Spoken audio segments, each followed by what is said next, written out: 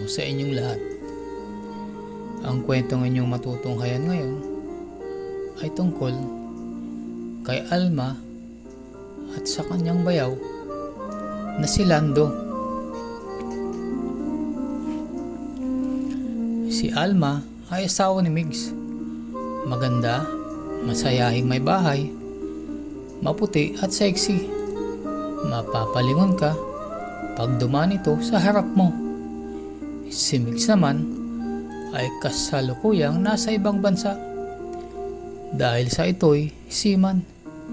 1 taon pa lang silang nagsasama nang makasakay ng barko para magtrabaho sa ibang bansa. At ilang buwan pa lang itong nahihiwalay sa asawa niyang si Alma. Si Lando naman ay asawa ng ate niyang si Pia. Si Pia, sa di inaasahang pangyayari, ay nagkaroon ng sakit sa puso mula pagkabata. Pero ganun pa man, ay nagustuhan siya ni Lando at inayang magpakasal. At halos 2 taon na ring nagsasama. Ngunit sa isang pagkakataon ay inatake sa puso si Pia at nagkaroon ng stroke at naparalyze ang buong katawan. At ngayon ay nasa ospital para magpagaling. Isang araw nang nagbabantay ang asawa niyang si Lando kay Pia. Nakakakain naman, ngunit hindi masyadong nakakagalaw. Kumakain pag sinusubuan, ngunit di makapagsalita. At naididilat naman ito ang kanyang mga mata at nakikita ang kanyang nasa paligid. Yun nga lang ay hindi makagalaw at makapagsalita. Pangalawang araw na nang makadalaw si Alma sa kanyang ate. Ngayon lang siya nakaluwas ng Maynila dahil sa probinsya pa ito nakatira, kung saan sila nakapagpatayo ng bahay ng kanyang asawa. Pagkababa sa babaan ng bus ay kumuha na ito ng taxi papunta sa ospital at nadatnan niya nga sa isang pribadong kwarto ang kanyang ate na nakahiga at ang kanyang bayaw naman ang nagbabantay. Nung makita siya ng kanyang bayaw ay agad kumuha ng upuan at ibinigay sa kanya. Bahagyang ngumiti at nagkumustaan sila. Malungkot ang kanyang bayaw sa nangyari. Kita ito sa kanyang mga mata. Napilit pinapasaya ang kanilang pag-uusap. Si Alma naman ay ganun din. Kinakausap niya ang kanyang ate, ngunit di makasagot sa kanya at pinipilit magsalita, ngunit tanging pagbuka lamang ng kanyang bibig ang nagagawa. Sinabi ng kanyang bayaw na paralisado nga ang buong katawan ng kanyang ate at hindi pa alam kung kailan pwedeng makarecover ito. Lahat daw ng paraan ay ginagawa ng doktor para gumaling ang kanyang ate. Ilang oras din silang nagkwentuhan. Ito'y tungkol sa kalagayan ng kanyang ate at napagkasunduan nila na salita na lamang sila magbabantay. Ilang sandali pa ay nagpaalam na ang kanyang bayaw na uuwi muna para makapagpahinga dahil wala pa daw itong tulog at kinabukasan ay kailangan niyang pumunta ng opisina para magpaalam na di ito papasok dahil sa pagkakasakit ng kanyang asawa. Naipaalam na rin ni Alma sa kanyang asawa na si Migs ang nangyari at tutulong daw ito sa gastusin sa ospital para sa pagpapagaling ng kanyang ate. 2 ang kama sa kwartong yon. Ang isa ay para sa pasyente at ang isa naman na di kalakihan ay para sa bantay ng pasyente. Magdamag na nagbantay si Alma kinagabihan. Naaawa siya sa ate niya. Minsan ay naluluha siya sa nangyari. Ngunit tanging tadhana lang ang pwedeng magsabi kung kailan ito gagaling. Kinabukasan, alas 10 ng umaga nang dumating ang kanyang bayaw na may dalang take out na pagkain galing sa fast food chain at may dalawang bungkus ng bulaklak. Lumapit sa asawa niyang si Pia na nakahiga at ipinatong ang bulaklak sa dibdib ng asawa at hinalakan sa pisngi. Sabay abot ng isa pang bungkus ng bulaklak kay Alma. Natuwa naman si Alma sa inasal ng bayaw. Di niya alam na may pagkasweet pala ito. Swerte ang kanyang ate, sa kabila ng nangyari ay di niya pinababayaan ang kanyang ate Pia. Bukod sa mabait at responsableng asawa, ay magandang lalaki ang kanyang bayaw. Pero napapansin niya na medyo iba ang titig sa kanya pag nagtatama ang kanilang tingin pag nag-uusap. Tingin na parang nag-aanyaya ng kakaibang ligaya. Ngunit sinasantabi niya lamang ito dahil sa respeto sa ate niya. Naging ganon ang kanilang naging routine ng isang linggo. Uuwi ang isa at ang isa naman ay papalit para bantayan si Pia. Ngunit ang mga titik ng kanyang bayaw kay Alma ay di nagbabago at lalo pa yatang nagiging mapang-anyaya. Mga titig na para siyang hinuhubaran at tumatagos sa kanyang mga kasuotan. Binabaliwala lamang ito ni Alma at ayaw niyang bigyan ng anumang kahulugan. Ngunit sa di inaasahang pangyayari ay nag-iba ang lahat. At ito ang nangyari isang araw.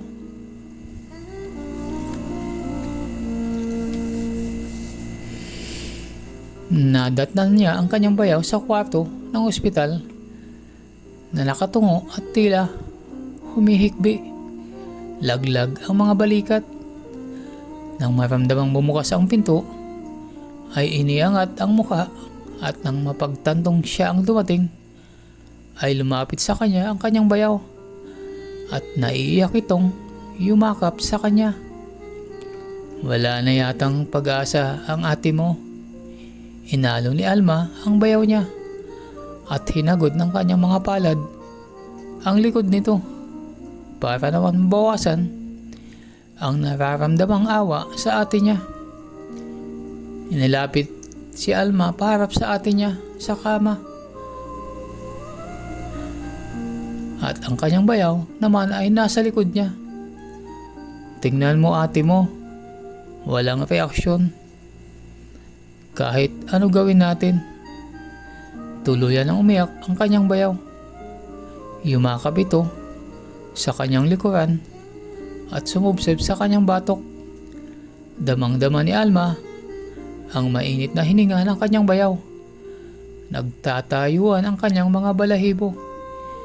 Pero hindi niya iniisip na ito ay kakaiba. Ang nasa isip niya ay awa sa mag-asawa. Habang patuloy na nakasubsob sa batok niya ang kanyang bayaw, ay unti-unti namang bumababa ang bisig nitong nakayakap sa kanya. Hindi ito pansin ni Alma. Wala siyang mali siyang nararamdaman.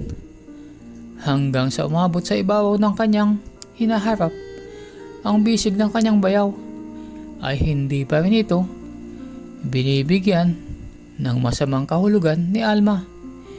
Pero parang nararamdaman niyang ang yakap ng kanyang bayaw sa kanyang harapan ay parang gumigiling at laking gulat niya na lang may maramdaman siyang anong bagay na bumubundol sa kanyang likuran. Dito no nakaramdam ng takot at kaba si Alma. Iba na yata ito. May halong mali siya na ang ginagawa ng kanyang bayaw sa kanya. Pilit pa rin kinokontrol ni Alma ang sitwasyon. Baka nadadala lang ng lungkot at tagal na walang bakbakan ang kanyang bayaw. Hintay niya ang mga susunod na gagawin nito. Nakikiramdam lang siya. Maya-maya ay nadidinig na niya ang malalim na paghinga ng kanyang bayaw sa batok niya. Dito tuluyang nagtayuan ng kanyang mga balahibo. Pakiramdam din niya ay ibang-iba na ang sitwasyon. Mali ito. Hindi ko ito dapat maramdaman. Asawa siya ng kapatid ko. Bulong ni Alma sa sarili niya. Dahil parang nag-iinit ang kanyang katawan. Nang maramdaman na lang niya ang hininga ng kanyang bayaw sa may pisngi niya. Sabay bulong sa kanya ng ganito. Huwag kang maingay. Pwede ba? Kunyari ay pipilitin kitang tuksuhin. Sa una, lalaban ka. Pero later, ay bibigay ka rin. Pero, kunyari lang ito. Papakita lang natin sa ate mo. Malay mo, baka dito na siya matauhan. Hindi malaman ni Alma kung ano ang isasagot niya. Di ba sabi mo, tutulungan mo ako sa abot ng iyong makakaya? Ang lungkot ay nakikita sa kanyang bayaw. Hindi na siya binigyan pa ng pagkakataong sumagot ng bayaw niya. At bigla na lang siyang pinaharap dito at kunwaring sisimulang halikan sa pisngi at leeg. Pero kunwari lang ito, hindi naman talaga tumatama ang labi ng kanyang bayaw kay Alma. Dahil sa talagang gustong tumulong ni Alma sa ikagagaling ng kanyang ate, at dahil kunwari lang ito, ay nakilaro na din si Alma sa gustong mangyari ng kanyang bayaw. Pagkatapos siyang paharapin, ay pinatiltalikod uli siya, kaya kitang kita ni Alma ang nanlilisik na mga mata ng kanyang ate na nakatingin sa kanilang ginagawa. Bumulong ang kanyang bayaw. Kita mo, nanlilisik ang mata ng ate mo. Ibig sabihin niyan ay alam niya at nakikita niya ang ginagawa natin. Tuloy lang natin ito at sana ay matauhan na siya. Nabigla siya nang biglang daklutin ng kanyang bayaw ang kanyang tinatagong kabundukan. Kuya Boy, wag. Totoo na itong sinasabi ni Alma. Pero bumulong ulit ang kanyang bayaw. Kailangan nating maging makatotohanan para lalo siyang magalit. Pero Kuya Boy, hindi kasama sa usapan natin na pwede mo nang hawakan ang ano ko. Pabulong na sagot ni Alma. Bigla ulit siyang pinakiikot ng kanyang bayaw. Kaya't ngayon ay magkaharap na silang at bahagya siyang tinulak nito. Tinulak niya naman palayo ang kanyang bayaw. Ito naman ang sinamantala ng kanyang bayaw. Sa isang iglap ay natanggalan at talupan na siya ng kanyang kasuotan. Yumakap si Alma sa bayaw niya para maibulong dito na hindi ito kasama sa usapan. Sumagot ang kanyang bayaw. Kailangang mapaniwala natin ang ate mo. Meron bang nagtatalik na nakadamit? Pero kuya, hindi ba kunwari lang ito? Bulong ulit ni Alma. Sa atin, kunwari lang. Pero dapat ang makita ng ate mo ay makatotohanan. Sige na, wala naman mali siya ito. Sagot ng kanyang bayaw. Hinayaan na lang ni Alma ang kanyang bayaw sa ginagawa nito sa kanya. Basta para sa ikagagaling ng kanyang ate. Maya-maya pa ay naramdaman na lang niyang nalaglag sa paanan niya ang kanyang palda. Yumakap na lang si Alma sa kanyang bayaw. Kuya, kunwari lang ito ha. Walang ibang makakaalam nito. Pag nalaman nito ni Migs, mapapatay ka nun. Bulong ulit ni Alma sa bayaw. Para kahit papano ay matauhan ito. Pero hindi alam ni Alma ay matagal na itong pinagplanuhan ng kanyang bayaw. Huwag kang mag-alala. Ako ang bahala sa iyo. Para ito sa ikagagaling ng ate mo. Bulong din ng bayaw niya. Ngayon ay nararamdaman na ni Alma ang pagtuka ng bayaw niya sa kanyang leeg at pisngi. Hindi na niya makikakaila na nagsisimula na rin siyang makaramdam ng iba sa ginagawa ng kanyang bayaw sa kanyang katawan. Sige, lakasan mo pa ang uhol mo para madinig ng ate mo. At kasabay nito ay biglang hinatak ng kanyang bayaw ang natitirang saplot sa kanyang katawan. Ay, kuya! Ang nasambit na lang ni Alma sa kabiglaan ng mga pangyayari. Sige, lakasan mo pa parang madinig ng ate mo. Bulong ulit ni Kuya Lando niya kay Alma.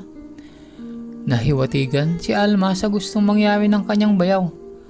Tumingala siya at tinitingnan niya ng mata sa mata ang kanyang bayaw. At sa pangungusap na tingin ay pinahiwatig niya na ayaw niyang gawin ang nais nito. Yumuko mula sa pagkakatayo ang kanyang bayaw at habang hinahalikan si Alma sa pisngi ay pabulong na sinabi kay Alma, para sa paggaling ng ate mo to. Binuhat uli siya ng kanyang bayaw at inihiga mismo sa tabi ng kanyang ate. At wala na ngang nagawa si Alma at tuluyan nang may nangyari sa kanila ng kanyang bayaw. Sa umpisa ay tumututol siya, pero dahil sa init ng halik at romansang binibigay ng kanyang bayaw ay nakalimot siya. Magaan ang paghawak sa kanya ng kanyang bayaw hanggang hindi na rin naiwasan ang maging mainit na eksena at nakalimot si Alma ng todo. Nalimutan niya na ito'y palabas lamang upang magalit at mahimasmasan ang kanyang ate. At tuluyang gumaling habang ginagawa nila yon. At lalo pang nanlisik ang mga mata ng kanyang ate. At kanina ay kunwari lang na pagsasayad ng tuka ng kanyang bayaw ay malaya na ngayong nakadampi sa kanyang mga iniingatang masiselang parte ng kanyang katawan. Lumipat pa sila sa kabilang kama para magkaroon ng mas malaking espasyo at doon nagawa ng kanyang bayaw ang lahat para matupad ang kanyang plano kay Alma. At hindi nga ito nabigo at paulit-ulit narating ni Alma ang kasukdulan kasabay ng kanyang bayaw at ang mga maliliit na hungol ang sumaksakop sa bawat sulok ng kwarto ng hospital. Naulit pa ito ng ilang beses habang ang ate ni Alma ay nasa kabilang kama at sobrang nanlilisik ang mga mata na tila galit na galit sa kanila.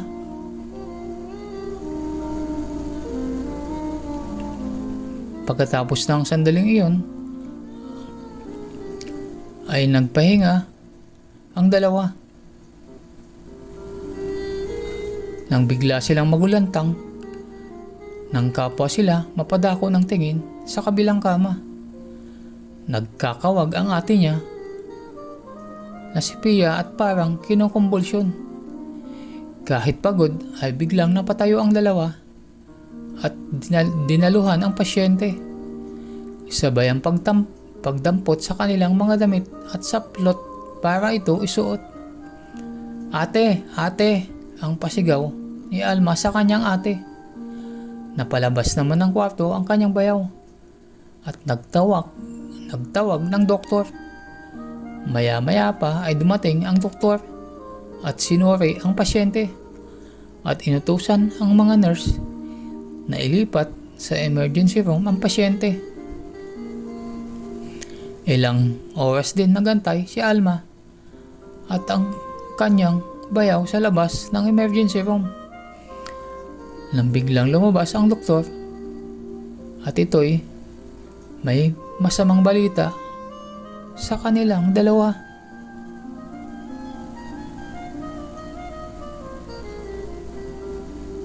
Hanggang dito na lang ang ating kwento. Kung nagustuhan nyo ang kwento sa araw na to, ay huwag kalimutan mag-subscribe, like at comment para updated kayo sa mga susunod pang mga videos. Hanggang sa muli, maraming salamat.